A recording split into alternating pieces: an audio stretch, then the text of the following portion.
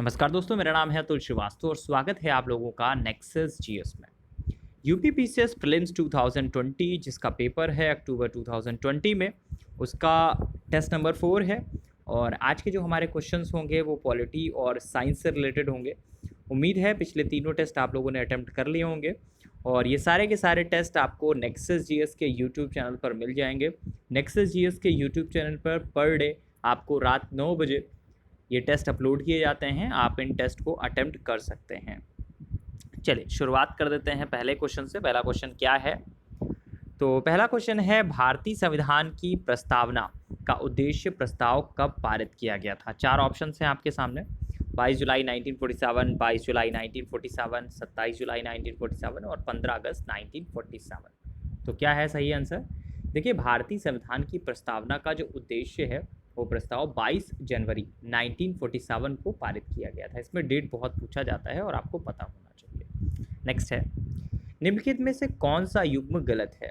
राज्य के नीति निर्देशक तत्व आयरलैंड, सर्वोच्च न्यायालय की व्यवस्था यूएसए, आपातकालीन व्यवस्था जर्मनी, विधायी शक्तियों का वितरण ब्रिटेन। तो क्या जो है युग्म वो गलत है? तो 18 जो आपका विधायी शक्ति का वितरण है वो भारतीय संविधान में कनाडा से लिया गया है। बाकी सारे के सारे आपका सही है। नेक्स्ट है, मूल संविधान में कितनी अनुसूचियां थीं? देखिए, मूल संविधान में केवल 8 अनुसूचियां थी। बाद में जो विभिन्न संवैधानिक संशोधन हैं उनके द्वारा 4 अनुसूचियों और बढ़ाई गई और इस प्रकार वर्तमान में कुल 12 अनुसूचियां हैं। नेक्स्ट पॉइंट है, कौन सा अनुच्छेद उपाधियों का अंत से रिलेटेड है? तो कौन सा ऐसा अनुच्छेद है जो उपाधियों के अंत से रिलेटेड है? हम लोग बीच में एक क्वेश्चन स्लिप कर गए, तो उस पर आ जाते हैं। भारतीय संविधान में संघ और राज्यों के मध्य विधायी शक्तियों का सुनिश्चित बंटवारा किस अनुसूची में मिलता है? देखिए, भारतीय संविधान में संघ और राज्यों के मध्य विधायी शक्तियों का जो सुनिश्चित बंटवारा है वो 7वीं अनुसूची में मिलता है और इसमें 3 सूचियों का प्रावधान है, संघ सूची, राज्य सूची तथा समवर्ती सूची। तो ऑप्शन क्या सही होगा? सी ऑप्शन इसका सही होगा। नेक्स्ट है, कौन सा अनुच्छेद उपाधियों का अंत से संबंधित है? तो उपाधियों के अंत से संबंधित क्या है? आर्टिकल 18 जो है वो आपका उपाधियों के अंत से रिलेटेड है। आर्टिकल 15 जो होता है वो आपका धर्म, जाति, लिंग या जन्म स्थान के भेदभाव को निषेध करता है। और आर्टिकल जो 16 है वो सार्वजनिक पदों पर नियुक्ति के संबंध में सभी नागरिकों को समान अवसर प्रदान करता है। तथा जो आर्टिकल 17 है वो आपका अस्पृश्यता के अंत की व्यवस्था करता है। तो जो आपका इसमें ऑप्शन सही होगा वो डी ऑप्शन सही होगा। नेक्स्ट है, संसद किससे मिलकर बनती है? तो क्वेश्चन बहुत सिंपल है और बहुत पूछा भी गया है। संविधान का जो आर्टिकल 79 है उसके अनुसार संसद राष्ट्रपति, राज्यसभा और लोकसभा से मिलकर बनती है।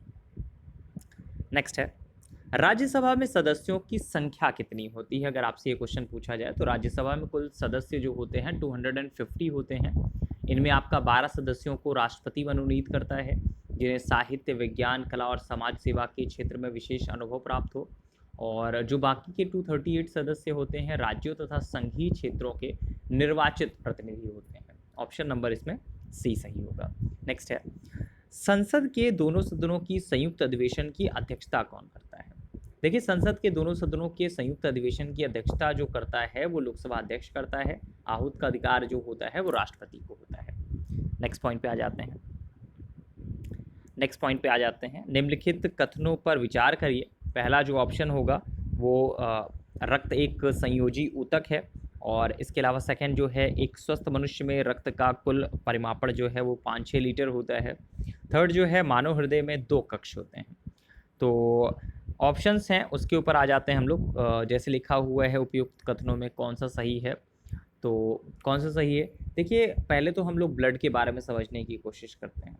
रक्त जो होता है एक तरल संयोजी ऊतक है और रक्त जो है वाहिनियों में प्रवाहित होने वाले गाढ़ा चिपचिपा लाल रंग का एक बोल सकते हैं द्रव्य, एक जीवित ऊतक है। और मनुष्य के शरीर में रक्त की मात्रा शरीर के भार का लगभग 7 से 8% होता है। फाइनली कहा जा सकता है कि एक 70 किलोग्राम भार वाले स्वस्थ वयस्क मनुष्य के शरीर में लगभग 5 से 6 लीटर रक्त होता है।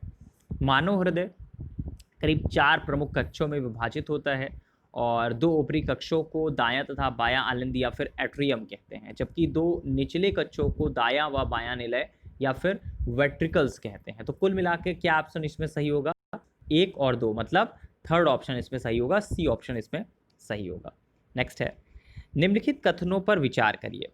प्रतिवर्ती क्रियाओं का नियंत्रण कशेरुकी रज्जु में होता है, स्पाइनल कॉर्ड में होता है, मेडुला ऑब्लांगेटा जो मानव मस्तिष्क का वह भाग है जो निर्गरण और उल्टी का नियमन केंद्र है। तो ये क्वेश्चन हो गया। अगर इसके बारे में हम लोग बात करें तो शरीर में जो आपका प्रतिवर्ती क्रियाएं होती हैं, रिफ्लेक्स जो एक्शन होता है उसका नियंत्रण जो करता है वो आपका कशेरुकी रज्जु करता है, स्पाइनल कॉर्ड करता है। प्रतिवर्ती क्रिया द्वारा ही हम पैर में कांटा पड़ने पर पीछे की ओर खींच लेते हैं। मानव मस्तिष्क के विभिन्न भागों के द्वारा मनुष्य की सभी गतिविधियों का संचालन तथा नियमन किया जाता है। मेडुला जो है वो आपका ओब्लांगेटा ही भोजन निगरण, उल्टी, हृदय स्पंदन की दर और प्रबलता, खांसने छींकने इत्यादि का नियमन केंद्र होता है। ऑप्शन नंबर क्या सही होगा? इसमें 1 और 2 सही होंगे, मतलब ऑप्शन नंबर थर्ड सही होगा। नेक्स्ट है, मानव के श्वेत रक्त कणों मतलब WC का व्यास क्या होता है? एक चीज़ आपको बहुत अच्छे से समझा दूं, जो 2020 का प्रीलिम्स होने वाला है उसमें साइंस के पोर्शन से क्वेश्चन अपडेट होंगे ज़्यादा, ठीक है, कोरोना की वजह से। तो ये पोर्शन आपको अच्छे से तैयार करना है, और नहीं तैयार कर रहे हैं तो बेहतर होगा कि आप उसको तैयार करें, जितना बेहतर ढंग से आप तैयार कर सकते हैं।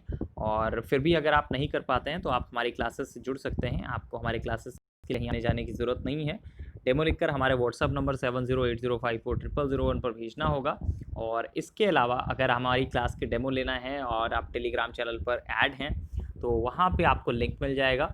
और इस वीडियो के डिस्क्रिप्शन बॉक्स में भी, यूट्यूब पे जब आप वीडियो देख रहे हैं तो इस वीडियो के डिस्क्रिप्शन बॉक्स में भी हमारे टेलीग्राम चैनल का लिंक आपको मिल जाएगा। वहाँ से हमारे जो नए बैच हैं उनके बारे में आपको पूरी तरह से जानकारी मिल जाएगी, क्या बैच में मिलेगा, किस तरह से पढ़ाई की जाएगी, हर एक चीज़ के बारे में। तो हर एक चीज़ आपका अपडेटेड वर्जन में पढ़ाया जाता है। चलिए, तो हम लोग क्या बात कर रहे थे उस पर आ जाते हैं। क्वेश्चन नंबर था आपका 73। मानव के श्वेत रक्त कणिकाओं का व्यास होता है लगभग कितना? तो कितना होता है? देखिए, श्वेत रक्त कण जो है नॉर्मली मनुष्यों में पाए जाते हैं और इनकी जो संख्या होती है लाल रक्त कणों से कम होती है। 2 प्रकार के होते हैं, एक तो कणिका में होता है तथा एक कणिका विहीन होता है। तो मानव के जो श्वेत रक्त कणों का व्यास है लगभग 7 माइक्रोमीटर है, मतलब 0.007 होता है।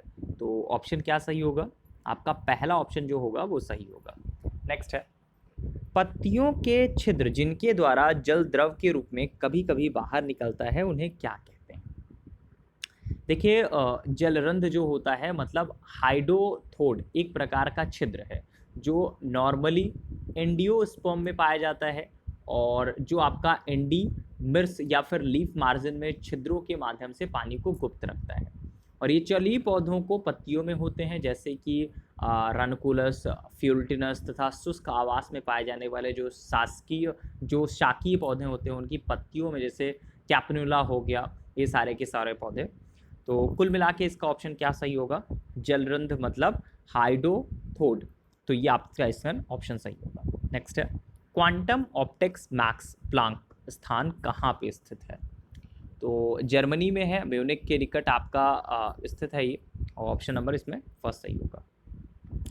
उत्कृष्ट गैसें कहलाती हैं, निम्नलिखित में कौन सी गैसें उत्कृष्ट गैसें कहलाती हैं? तो 4 ऑप्शन हैं आपके सामने, और helium, neon, organ, krypton, xenon तथा रेडॉन अक्रिय गैसें हैं।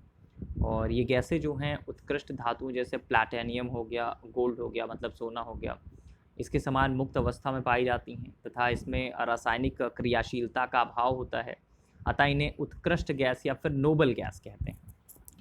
नेक्स्ट है, एसिटिलीन के संदर्भ में निम्नलिखित कथनों पर विचार करिए। तो इसका वेल्डिंग उद्योग में उपयोग होता है, या प्लास्टिक निर्माण हेतु एक कच्चा माल है, कैल्शियम कार्बाइड और पानी के मिश्रण द्वारा इसकी सुगमता से प्राप्ति होती है। तो क्या सही होगा? एसिटिलीन को एथीन भी कहते हैं, इसका उपयोग जो होता है वेल्डिंग निर्माण में किया जाता है, और इसके द्वारा क्लोरो इथेन का निर्माण किया जाता है जो प्लास्टिक निर्माण हेतु कच्चे माल के रूप में प्रयोग होता है। कैल्शियम कार्बाइड और पानी के मिश्रण द्वारा एसिटिलीन को सुगमता से प्राप्त किया जा सकता है। क्या ऑप्शन सही होगा? डी ऑप्शन इसमें सही होगा, सारे के सारे चीज़ें इसमें सही हैं।